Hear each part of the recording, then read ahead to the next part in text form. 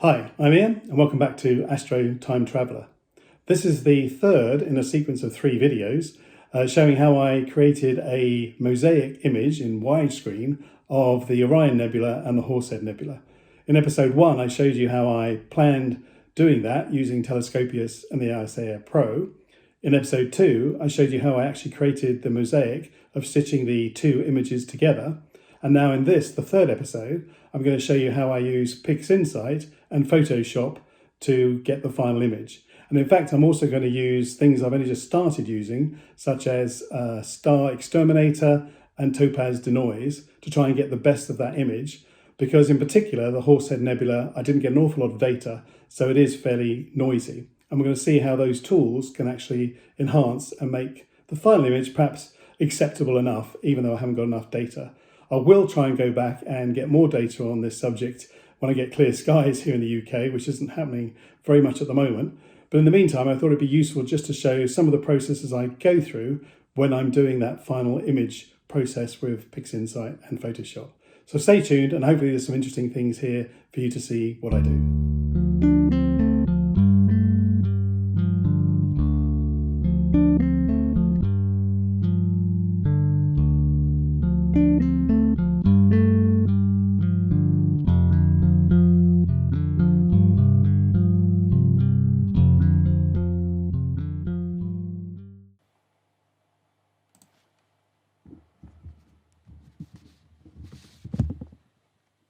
So here we are in PixInsight, and I have all my presets down on the right hand side. So I have elements that I do at the initial start of the image. If I'm going to explode it out into channels and then put it back together, I obviously got the cropping tools, and then the dynamic background extraction, then also the neutralisation, colour calibration, and photo colour calibration. And then I've got my noise down here if I want to do various different types of multi-scale linear transform. And then all the way down here to my histogram transformation and screen transfer for when I want to stretch the image. And over here is what I do when I've got the kind of non-linear version. And this is creating some masks at the top. And also I've got the StarXterminator and StarNet. And then here's a bit more noise reduction if I want to. I have SCNR in here if I want to change the green in places. And then I go down into things like LRGB combination if I want to bring back a series of panels, etc. And also I've got HDRMT, local histogram, etc. And then obviously curves, the famous curves down here. So these are my presets that I use. So now let's go in, actually bring up the image that I've been working on, which is the Horsehead Nebula and the Orion Nebula. So I've got it. This one here is the one that I've stitched using the ICE that we showed before. So if I just bring that image up, so there we go. Now if we just stretch that, we'll see what the initial image looks like. And there we go. So that doesn't look too bad. As we know, this is only made up of an integration of about 18 minutes on the Horsehead Nebula side, whereas on this side we've got a lot more integration, 30 seconds, 60 seconds, and even 2 minutes. And maybe the 2 minutes is too much, it's kind of blown out the core, but let's play with this anyway and see what we can do. And in terms of the join, which was somewhere around here, you can't see it, but you can see the fact that they're 2 different types of images. One's very coarse, a lot of noise, and one's less so. So, right, let's start some processing on it. So I think the first thing, I've already kind of cropped it, so I'm not going to do cropping at this stage, but I will do some dynamic background extraction. So I have a preset here, so I'm going to do quickly a division. I'm going to set, should really reset my colors here because I like to see purple on here. And we're going to do it at, say, a 75 radius, and we'll do, say, 20 across. So let's generate that. And what I now need to do is obviously take the ones off that are over the nebula, because I really don't want any of that. So we'll just quickly do that.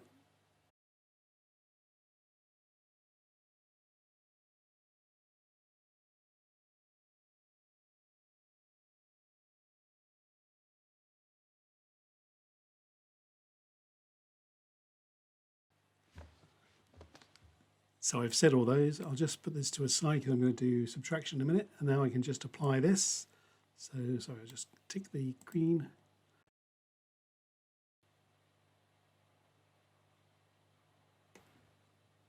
So there we go, that's the first one. We'll just take all of that out. We'll go back, unstretch, and then re-stretch and see what that looks like. And yeah, I kind of like those colors look pretty good. Now I'm going to do subtraction, so I just need to change down here to subtraction. I can leave all that I've predefined. Click the green tick again. And now that's completed, we can close that off. Again, I'll unstretch and stretch. And we'll have a look at what the image looks like now. Yeah, I kind of like that. That's kind of good colors. I'll just make it a little bit bigger. Yeah, good colors in both of them. So now what I could do now is I could use the StarXterminator, but I think what I'm going to do is I'll do a little, let's have a look at what background neutralisation does for us. So I need to pick a dark spot. So let's pick something up in this corner, and this may not work. I may not want to use this in the end, but let's see what this looks like. So we'll just carry over the triangle. Well, it didn't seem to do too much, so actually I'm going to stick with that. And then if I do the color calibration, I'll need a lighter spot. Let's just pick something really light and see what that does. These are always kind of interesting to see how they go. So as you know, you put in preview 1 down the bottom, preview 2 up at the top, preview 2, and then let's just see how this looks. It may distort it too much, and I may not want it to do that. So yeah, I'm going to go, let's see.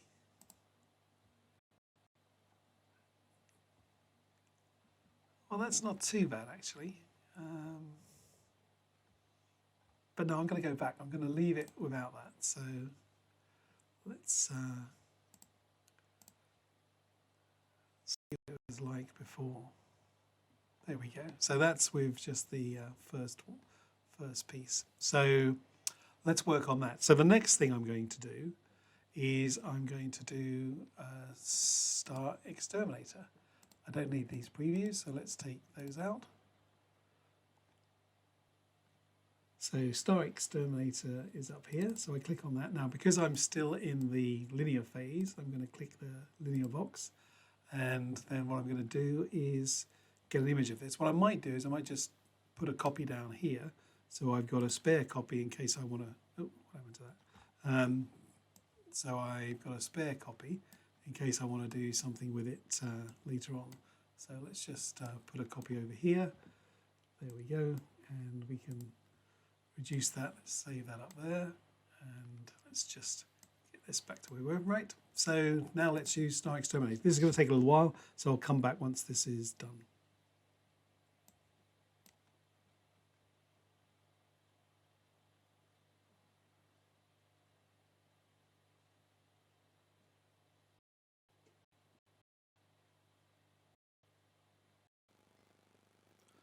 So here we are coming to the end of the run. It's taken probably about 5 minutes to do, so it takes a little while, but there we go. So we can put the StarXterminator away. So here is the stars. So I'm going to come back to that. The reason I really like using it this way is this is still unstretched, so I can then stretch it to whatever I like for the amount of stars. So let's just put that down here. But now if we look at the actual image, I think that looks pretty good. So it's really good on taking the stars out. So if you look close up, clearly where there's major luminosity from the stars, that still remains, but the actual stars are pretty much all gone.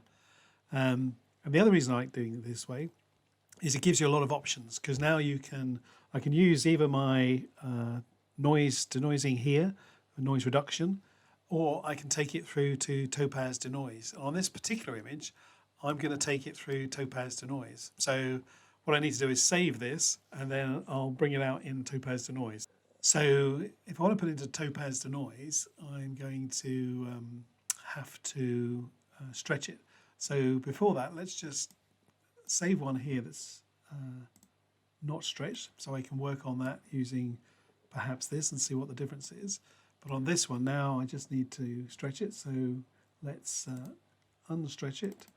Let's see what the normal nuclear button looks like on stretching it. Yeah, doesn't look too bad. Let's take that over there and let's unstretch it and use the triangle to bring it back. And now it's stretched. That's great. So now we can come out of that, and you can see this. You can see the line there between the two, and you can see the noise. But we'll deal with all that in a while. Now let's just save this. So we'll do a save as. We'll call it stretched Freedom V2. I've done other versions of this, so I just want to call this the next one. We'll save it as 16-bit, and that should do that quite quickly. And once we're saved, we can then go across to Topaz-Denoise. So here it is. So let's click into Topaz-Denoise. Let's pick up an image, which will be, where are we? There we go, that one. Let's open that image, and here we go. So now Topaz will start, and it will bring up the image. And what we want to do is probably move across to somewhere like the horse's head. And let's just come out so we can see a bit of this. There we go. Now see if you can see that.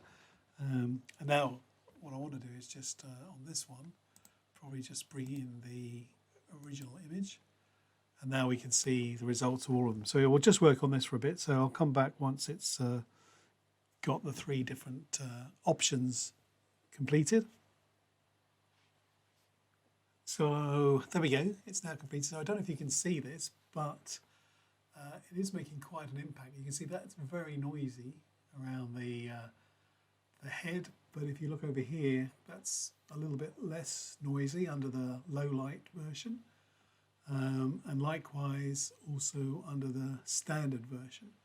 But actually I quite like the clear version. I think that's very smooth on some of the background there. So I think I'm going to go with the clear version. So that's currently highlighted over here anyway, so that's the one it's going to save. So I go to save image, and it's all ready to save. So click on that, and it will now save that clear version. But this will take a little while. So I'll come back when it's done that, and then I'll import that back into PixInsight.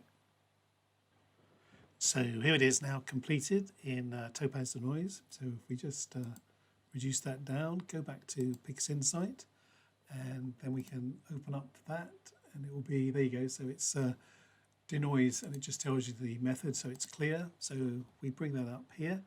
So there we go. So let's have a look at these 2 images. So if we put them on top of each other, let's come up here, and then let's go down here, and then if we go into this one, and we'll look at the noise around the horse's head, and we'll look at this one, and again we'll see the noise. Wow, wow, that is, I think that is pretty impressive what Topaz-Denoise has done there. I'm pretty happy with that. I'm not sure I need to do, it's worth doing any more denoise using here. So what I will do is I'm going to do my normal denoise on this image, and we'll come back in a second when I've done that. So we'll save this one up here. So this was the image before I took it to Topaz-Denoise. So this one I can put some noise reduction on. So I'm going to do my standard noise reductions, which I use here. So first off, I just need to create a mask. So let's just do that. We'll quickly press the nuclear button, create a stretch. We'll take that over to there.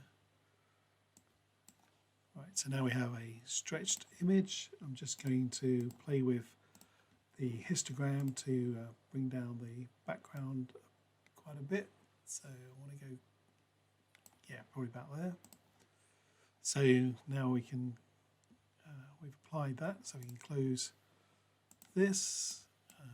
Let's just make sure this is long enough to put on the mask. So we can put on the mask, there we go. We can close that and save that. And then on here, what we can do is invert, and then just show. And now I've got templates here that I do for noise reduction. So here's the first one, which is on the luminance. So it's all preset. So I can just click on here and it will action that. So that's the first one done. So we can close that. Click on the second one, which is on chrominance. And here's my presets. And I just click on that.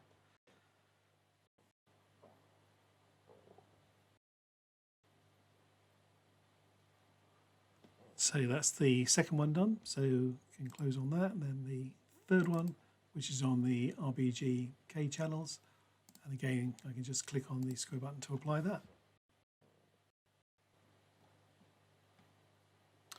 So there we are, that's the third one done. So now I'm done on noise reduction. I could do some sharpening, but I'll save that till later. So now I'm really ready just to stretch this image. So first off, let's remove the mask, and then let's unstretch it. And then let's see what it looks like. It may be I need to just do the histogram, but try this first off and see if it does too much clipping. So just use the nuclear button. And then if I go over to here, oh yeah, that's far too much clipping. So I don't want to do that. So we'll close that out. We'll start again, just use the histogram. So if we just bring that up there, we can apply that.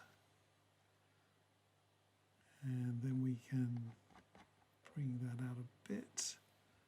We can bring the darks down a bit. There we go. It's not too much clipping. What do? We get there, 57, 27 is probably about as comfortable as I want to be. And then just make sure there's enough lights in there. Yep, that looks.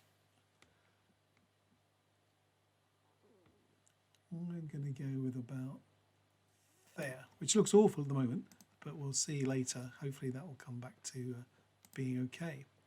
So there we are. So now I have a stretched image. So I'll save both of these images now, so when I come back, if I do any problems, we've got something to go back and refer to.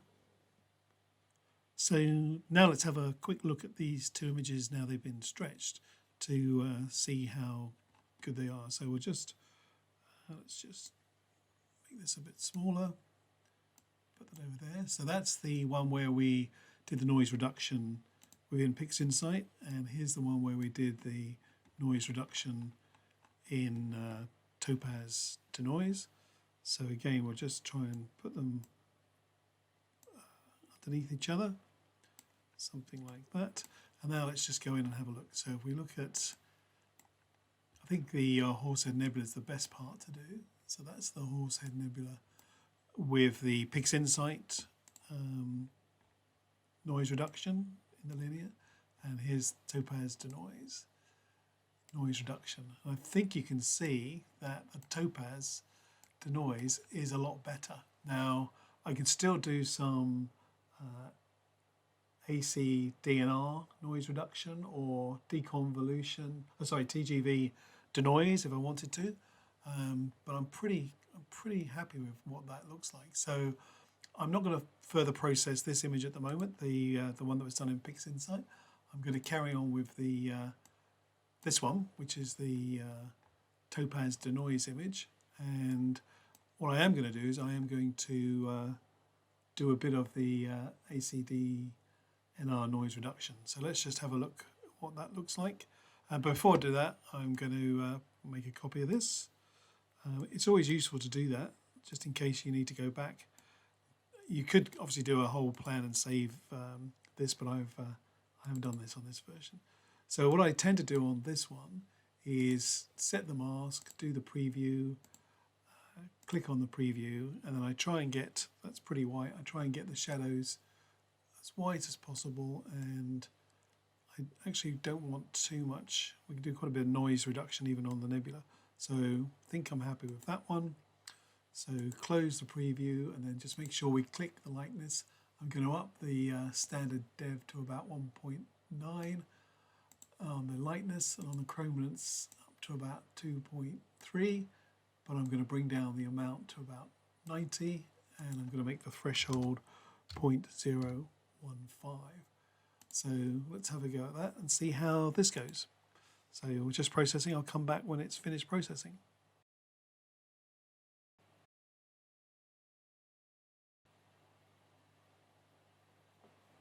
So there we go. So that's now completed. So we can close ACDNR, and let's have a little look into the image.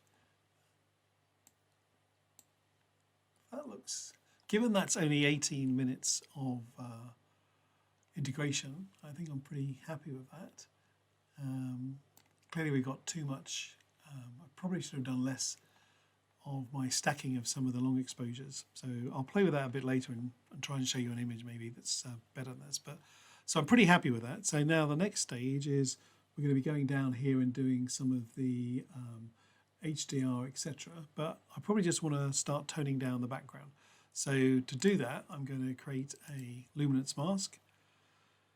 And then once I've done this, it gives me a lot of options once I've created this luminance mask, because what I want to do is actually create a mask just for the Orion Nebula and a separate mask just to cover the Horsehead, because I want to do different things with each of them.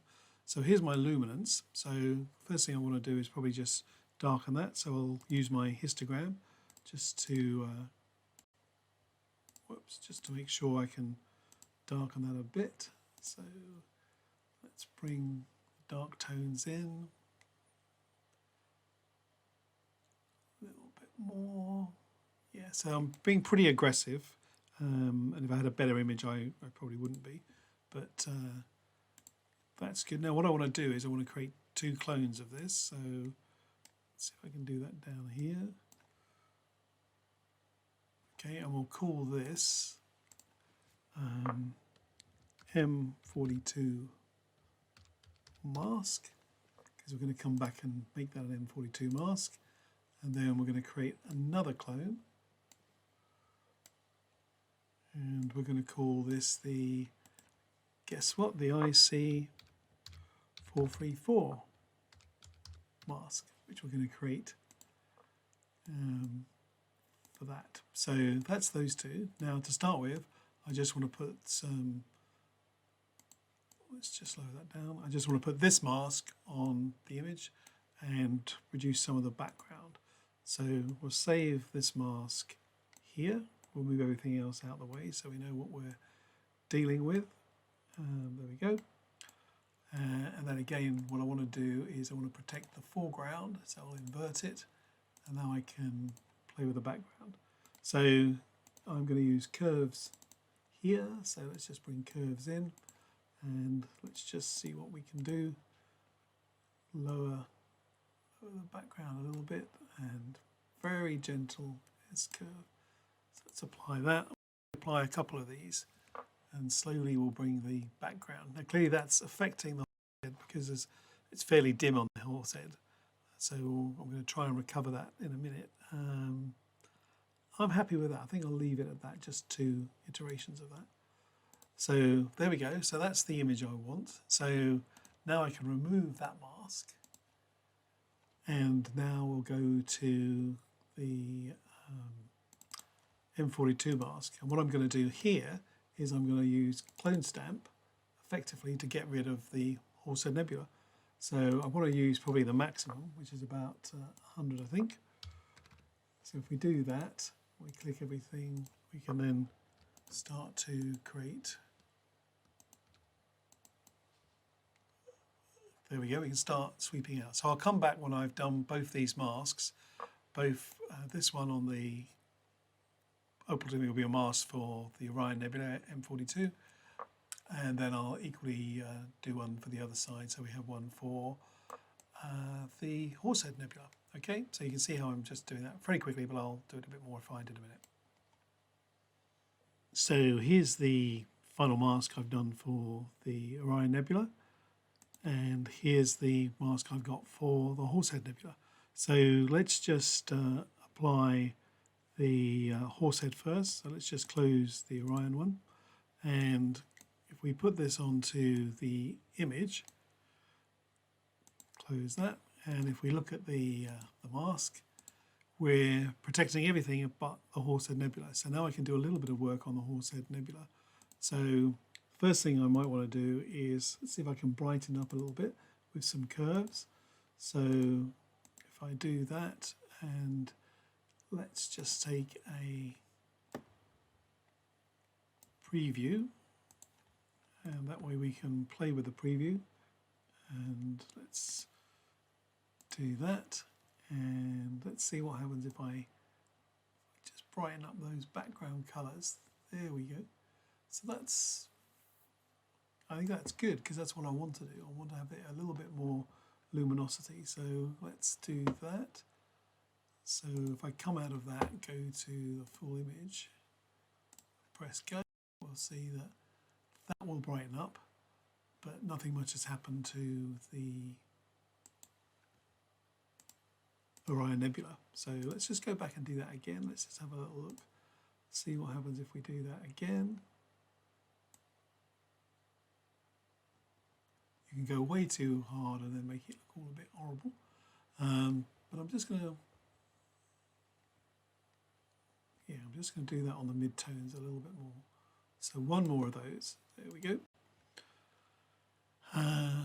So that's done on there. Now let's just have a look at what HDRMT looks like on this. So again, leaving at the standard 6, clicking the lightnesses.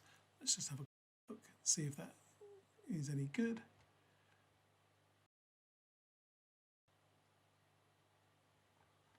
Very subtle. Let's just have a look what that's done. Maybe a bit too subtle. So I don't think I'm going to use that on here. So what about local histogram? So maybe something just below 500. And let's do somewhere around 96. Yep. And then let's see what that looks like. So let's have a look at the before and after. It's subtle, but it is just bringing out, you just see it's bringing out some of that formation back there. So that's with, that's without, that's with, that's without. So I'm going to go ahead with that. So we'll just run that. So here we are, we've done that. So now we can take off the mask for the Horsehead Nebula, and now we can bring on the mask for the Orion Nebula. So let's just do that. Let's just check the mask. So show mask. There we go. So that's pretty good. So let's close the mask. We don't need the preview for the Horsehead, but let's do a preview for Orion. There we go. And now let's start off by maybe, shall we see if we can tone it down altogether. So let's just do curves again. So again, this time we're going to do curves, probably bringing the colours down, any black spots, but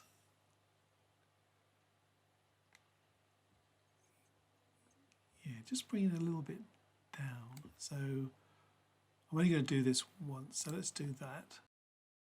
So just process that through, and that's fairly quick.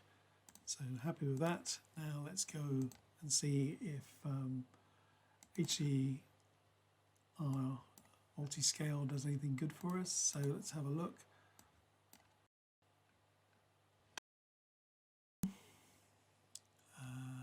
Yeah, that's pretty ugly in the center. So let's turn that back. Let's go up to 9 and see what 9 does. See if that's a bit more subtle. I think the reality is I'm going to have to leave quite a lot of the center core being fairly bright. Yeah, that's a little bit better. So I think I'm going to go with 9. I'm just doing this quickly just to show. So we'll unhook that, and then we'll just apply this. So let that run.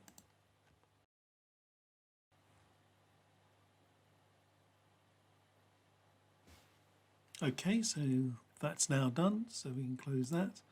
And then let's just go back to the preview and let's look at local histogram equalization. Let's bring this down a little bit more subtle, but maybe a little bit more boost. Let's take it to 2.5. Let's take it to about 124. So let's see what that does.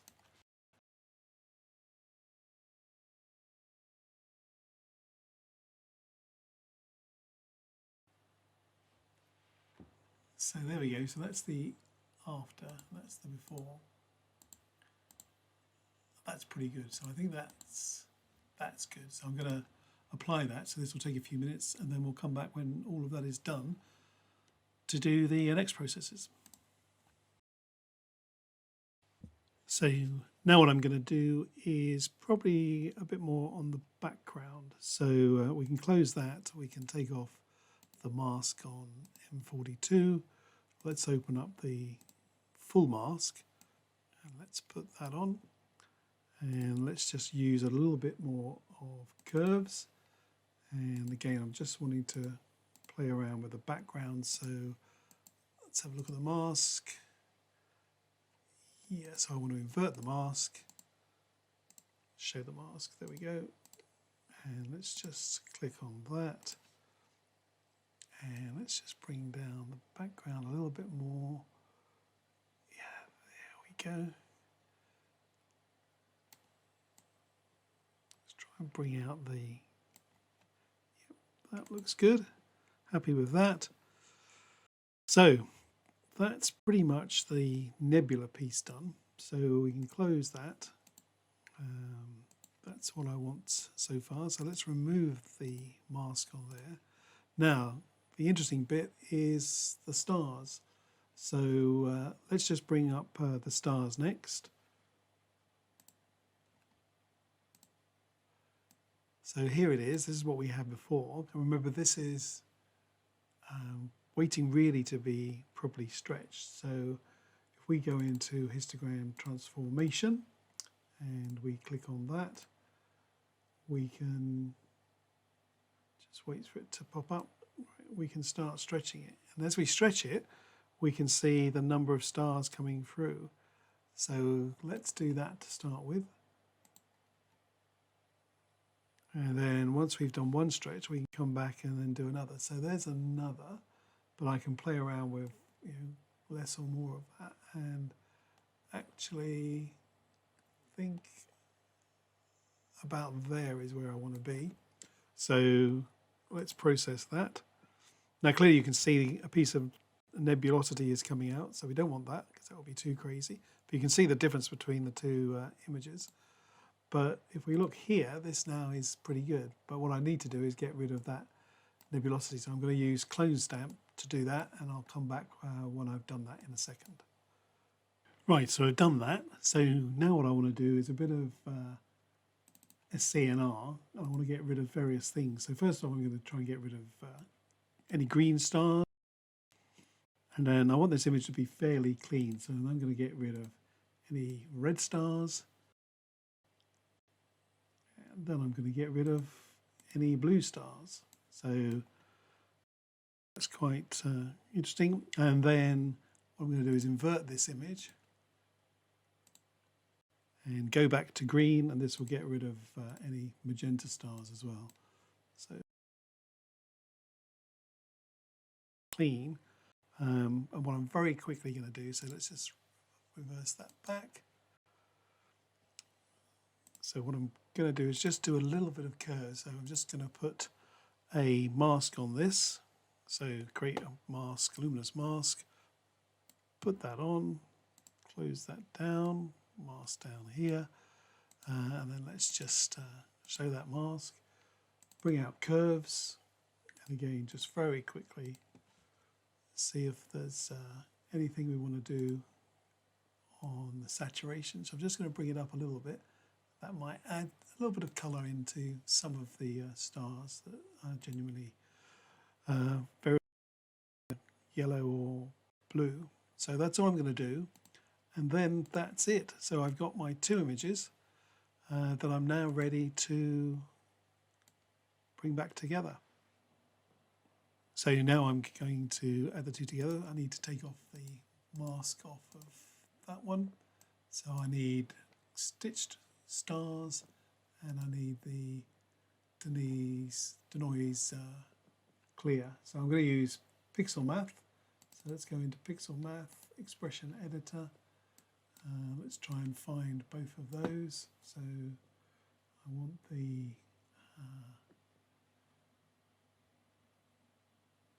stitched, so it will be one of these.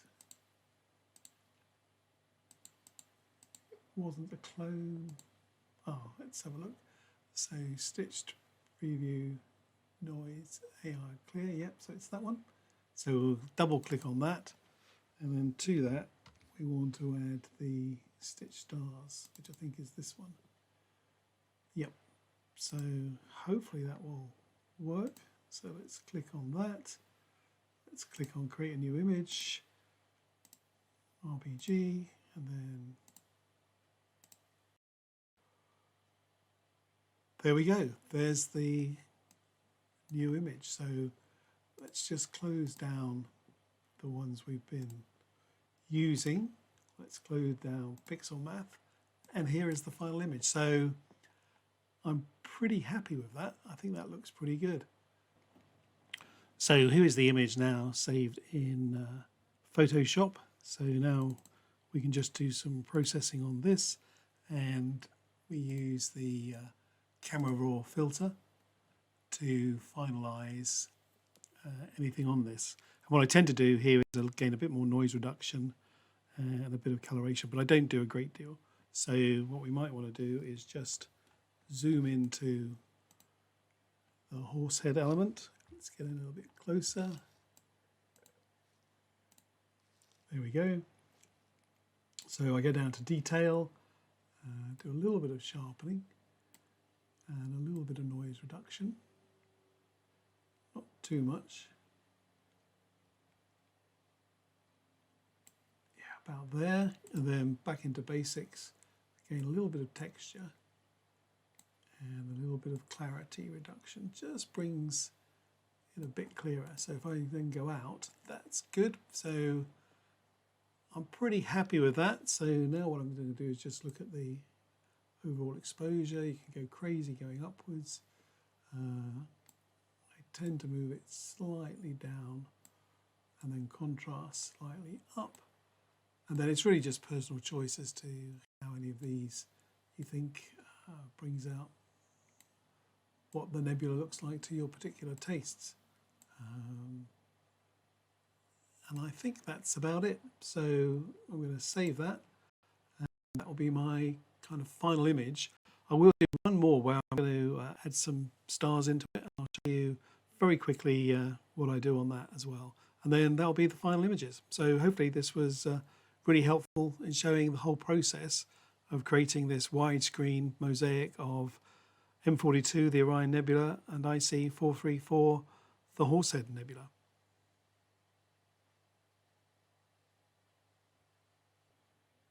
So very quickly, to add stars, I have a plugin, a purchase plugin from Pro Digital Software, the Star Spikes Pro 4. And if you click on that, it will download your image into there, and you can see it's got some stars showing up already in here, particularly the one, but you can add a lot more by increasing the quantity over here, go crazy, or you can just leave it there where it is at, but you can go into individual ones and click on some stars to get them to show. And that's what I tend to do. I tend to just kind of go around the image and bring out some of the stars that are showing, because that actually makes it look quite interesting.